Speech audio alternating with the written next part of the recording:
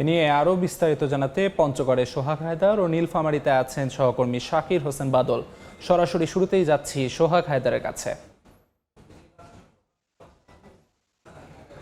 দেখুন, গণ অভ্যুত্থানের পর কিন্তু দেশের সর্ব-উত্তরের জেলা পঞ্চগড় জেলার যে সকল ইউনিয়ন পরিষদ রয়েছে তার মধ্যে আমরা দেখেছি ৩টি ইউনিয়ন পরিষদে কিন্তু যারা চেয়ারম্যান রয়েছে, জনপ্রতিনিধি, তারা কিন্তু নানা মামলা এবং নাশকতা সহ বিস্ফোরক মামলায় কিন্তু মামলা হওয়াতে কারাগারে গিয়েছে। এরপর তারা জামিনে থাকলেও কিন্তু তাদের যে ইউনিয়ন পরিষদের কার্যক্রম আছে সেগুলো চালাতে না পেরে কিন্তু আমরা দেখেছি যে ইউনিয়নগুলোতে একটা জনদুর্ভোগ সৃষ্টি হয়েছে। আমরা এই এলাকাবাসীর সাথে কথা বলেছি, তারা বলছেন যে এই সমস্যাটার কারণে কিন্তু আমরা দেখেছি এখানে মানুষ যারা সেবা নিতে আসছে তারা কিন্তু একটা চরম বিপাকে পড়ে, যার ফলে জেলা প্রশাসন কিন্তু এই ৩টি ইউনিয়ন পরিষদে কিন্তু প্রশাসক নিয়োগ করেছে। আমি বলে রাখি, এই ইউনিয়ন পরিষদগুলো হচ্ছে পঞ্চগড় জেলার বোদা উপজেলার ঝোলই শালসিরি ইউনিয়ন, এবং দ্বিতীয়টি হচ্ছে জেলার দেবীগঞ্জ সদর ইউনিয়ন পরিষদ, এবং তৃতীয়টি হচ্ছে জেলার তেঁতুলিয়া উপজেলার বাংলাবান্ধা ইউনিয়ন পরিষদ। এই ৩টি ইউনিয়ন পরিষদের চেয়ারম্যান যারা বিগত ফ্যাসিস্ট আওয়ামী লীগ সরকারের সমর্থিত চেয়ারম্যান থাকায় কিন্তু তারা বিভিন্ন রকম মামলার কারণে কিন্তু কারাগারে অবস্থান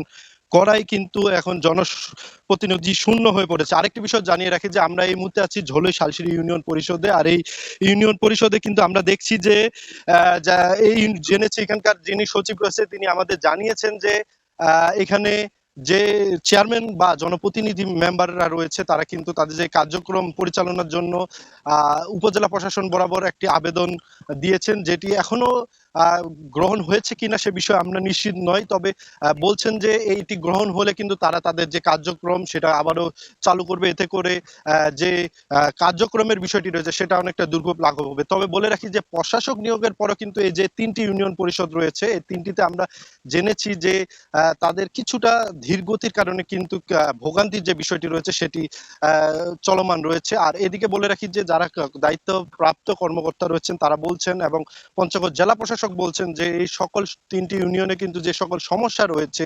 জনপ্রতিনিধি শূন্য হয়ে থাকায় সেই সমস্যা নিরসনেই কিন্তু এই প্রশাসক নিয়োগ করা হয়েছে, এবং তারা চেষ্টা করছেন যে যেন মানুষের যে দুর্ভোগ রয়েছে সেটা লাঘব করা যায়। তো সার্বিক বিষয়টি বলা যায় পঞ্চগড়ে কিন্তু এই যে ৩টি ইউনিয়ন পরিষদ আছে এই ৩টি ইউনিয়ন পরিষদে কিন্তু যে চেয়ারম্যান জনপ্রতিনিধি তারা কিন্তু তাদের যে কার্যক্রম সেটি কিন্তু ঠিকমতো পরিচালনা করতে না পারে কিন্তু, বা তারা সংযুক্ত না থাকায় কিন্তু এখানে একটা দুর্ভোগ লেগে রয়েছে। তো এ ছিল আমার কাছে পঞ্চগড় থেকে সর্বশেষ খবর। আমরা যাব নীলফামারীতে, সেখানে আছেন সহকর্মী শাকির হোসেন বাদল। আপনাদেরকে জানিয়ে রাখি যে নীলফামারীতে এই মুহূর্তে পর্যন্ত আজকের দিন পর্যন্ত মোট ৯ জন চেয়ারম্যান অনুপস্থিত রয়েছেন। গণ অভ্যুত্থানের পর থেকে ৫ই আগস্টের গণ অভ্যুত্থানের পর থেকে নীলফামারীতে ১৬ জন চেয়ারম্যান ১৬ জন ইউপি চেয়ারম্যান বিভিন্ন কারণে তাদের বিরুদ্ধে মামলা থাকায় তারা কেউ গা ঢাকা দিয়ে থাকেন বা কেউ পলাতক রয়েছেন। এই দীর্ঘ সময় ধরে পলাতক বা গা ঢাকা দিয়ে থাকার কারণে এলাকার লোকজনের এই যে বিভিন্ন সেবা, যে প্রতিদিন যে ইউনিয়ন পরিষদে এলাকার লোকজন এসে সেবা নিতে আসতো তা কিন্তু চরমভাবে ব্যাহত হচ্ছিল। কিন্তু তারপরেই দেখা গেছে যে এর মধ্য থেকে ৭ জন হাইকোর্টের আদেশ নিয়ে আবার পুনর্বহাল রয়েছেন, কিন্তু ৯ জন এখনো পলাতক রয়েছেন। কিন্তু পলাতক থাকলেও আমরা জেলা প্রশাসনের সাথে কথা বলে যতটুকু জেনেছি যে এই ৯টি জায়গায় এখন বর্তমানে প্রশাসক অথবা পৌর প্যানেল চেয়ারম্যান যারা আছেন তারা কিন্তু এই সব জায়গায় কাজ করছেন। ফলে যে দীর্ঘদিন ধরে যে জনদুর্ভোগ ছিল, মানুষ যে সেবা থেকে বঞ্চিত হচ্ছিল, সেটি কিন্তু এখন অনেকটাই কেটে গেছে।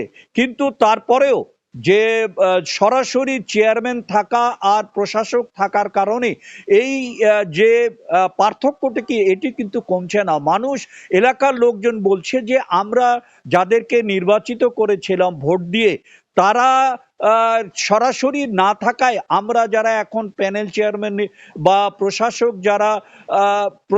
যারা কাজ করছেন তাদের সাথে কিন্তু আমাদের সরাসরি যোগাযোগ হচ্ছে না, যার ফলে আমরা নানা রকম সেবা থেকে কিন্তু বঞ্চিত হচ্ছি।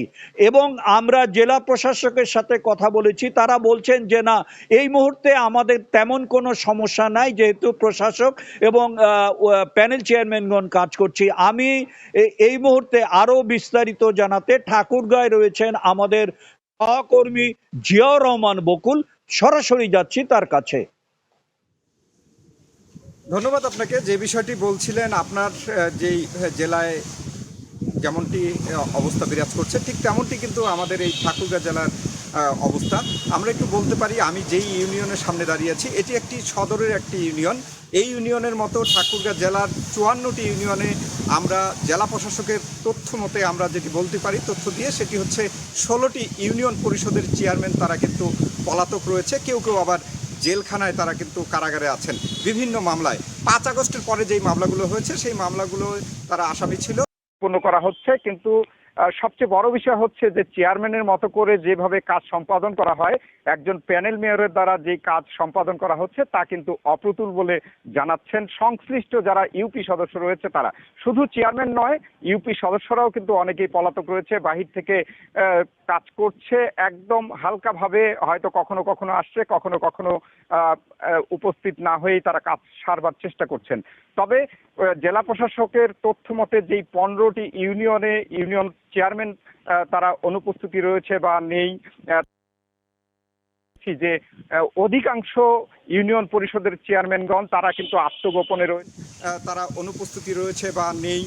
তার বাইরেও কিন্তু আমরা খোঁজ নিয়েছি যে অধিকাংশ ইউনিয়ন পরিষদের চেয়ারম্যানগণ তারা কিন্তু আত্মগোপনে রয়েছেন, আবার কেউ কেউ মানে সশরীরে গিয়ে মাঝে মাঝেই কাজ করছেন। বেশিরভাগ ক্ষেত্রে যেগুলো পরিবর্তন করা হয়েছে, তার কিছু কিছু ইউনিয়ন পরিষদে নারী ইউনিয়ন পরিষদের প্যানেল মেয়র রয়েছেন, তারা একদমই বোঝেন না এমনটি কিন্তু বলছেন, এবং তাদের যেই কর্তা ব্যক্তিরা রয়েছে, অর্থাৎ তাদের যে স্বামী, তাদেরকে দিয়ে কাজ সম্পাদন করছেন বিভিন্ন ক্ষেত্রে। এই যে একটি হযবরল অবস্থা ইউনিয়ন পরিষদের, এই হযবরল অবস্থার থেকে পরিত্রাণ চায় ইউনিয়নবাসী, এবং সংশ্লিষ্ট ইউনিয়ন পরিষদের যারা সদস্য রয়েছে তারাও কিন্তু বলছে যে আগে যেভাবে বরাদ্দ আসতো, যেভাবে কাজ সম্পাদন হতো, প্রত্যেকটি ওয়ার্ডে ওয়ার্ডে যেভাবে ভাগ করে দেওয়া হতো কাজগুলো, সেই কাজগুলোও কিন্তু এখন ভালোভাবে পরিচালনা করতে পারছে না। তো এই ছিল ঠাকুরগাঁয়ের ইউনিয়ন পরিষদের চেয়ারম্যানের যেই অনুপস্থিতি নিয়ে, এই ছিল আমার কাছে সবশেষ। সরাসরি ঠাকুরগাঁও, নীলফামারী ও পঞ্চগড় থেকে সহকর্মীরা সবশেষ তথ্য জানাচ্ছিলেন। এ নিয়ে আরও বিস্তারিত আলোচনার জন্য রংপুর থেকে সরাসরি যুক্ত হচ্ছেন রিপোর্টার নাজমুল ইসলাম নিশাত, তার সঙ্গে যুক্ত থাকবেন সুজনের সভাপতি ফখরুল আনাম বেঞ্জু। সরাসরি চলে যাচ্ছি সেখানে।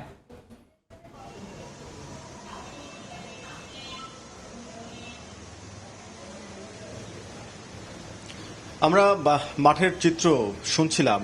রংপুর বিভাগের যে 535টি ইউনিয়ন পরিষদ আছে, বলা যায় যে প্রায় শতাধিক ইউনিয়নের কিন্তু এমন অবস্থা, মামলা সংক্রান্ত জটিলতায় অনেক চেয়ারম্যান পলাতক রয়েছেন, আবার অনেকেই দুর্নীতির দায়ে বরখাস্ত রয়েছেন। ফলে তৃণমূল পর্যায়ে নাগরিকদের যে সেবা, সেটি কিন্তু ব্যাহত হচ্ছে। বিশেষ করে গ্রাম আদালত, পারিবারিক বিরোধ নিষ্পত্তি থেকে শুরু করে জন্ম এবং মৃত্যু সনদ পেতে যে ভোগান্তি, সেটি কিন্তু আসলে তৃণমূল পর্যায়ে যে সাধারণ মানুষ, গ্রামের যে মানুষ, তারা কিন্তু সেই ভোগান্তিটি তাদেরকে পোহাতে হচ্ছে।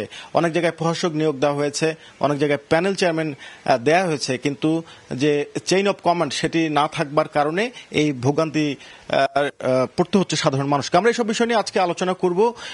মূলত এই ভোগান্তি লাঘবে কি ধরনের উদ্যোগ নেওয়া যেতে পারে। আমাদের সাথে অতিথি হিসেবে রয়েছেন রংপুর মহানগর সুজনের সভাপতি খন্দকার ফখরুল আনাম বেঞ্জু। আমরা সরাসরি একটু আলোচনায় যেতে চাই। আপনি জানেন যে ইতিমধ্যেই অনেক ইউনিয়নে চেয়ারম্যান নেই, অনেকে বরখাস্ত হয়েছেন। ফলে আপনি জানেন স্থানীয় পর্যায়ে একটি বড় জনগোষ্ঠী নাগরিক সেবা নিয়ে থাকে, সেই জায়গা থেকে গতিশীল করতে আসলে কি ধরনের উদ্যোগ নেওয়া যেতে পারে? ধন্যবাদ আপনাকে এবং যারা শুনছেন এবং দেখছেন তাদের সকলের প্রতি আন্তরিক অভিনন্দন এবং শুভেচ্ছা জানাচ্ছি।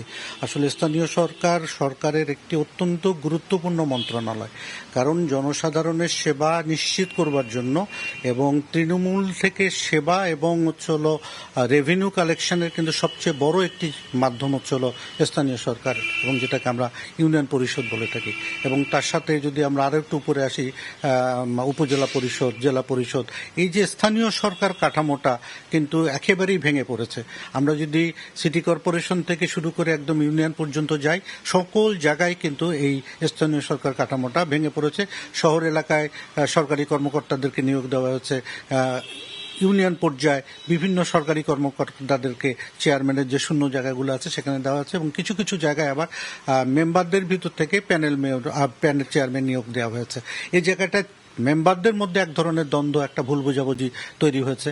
আর একদিকে সরকারি কর্মকর্তা, রাষ্ট্রের যে কাজ আছে, তার যে দৈনন্দিন যে কাজগুলো আছে, সেই কাজগুলো শেষ করে এই যে সেবার জায়গাটা নিশ্চিত করা এবং জনসাধারণের কাছাকাছি যাওয়া, এর মধ্যে ভিজিপি আছে, ভিডিএফ আছে, হলো নানান ধরনের বয়স্ক ভাতা আছে, সরকারের উন্নয়নমূলক কাজ আছে, প্লাস হলো বিভিন্ন ধরনের রেভিনিউ কালেকশনের ব্যাপারগুলো আছে।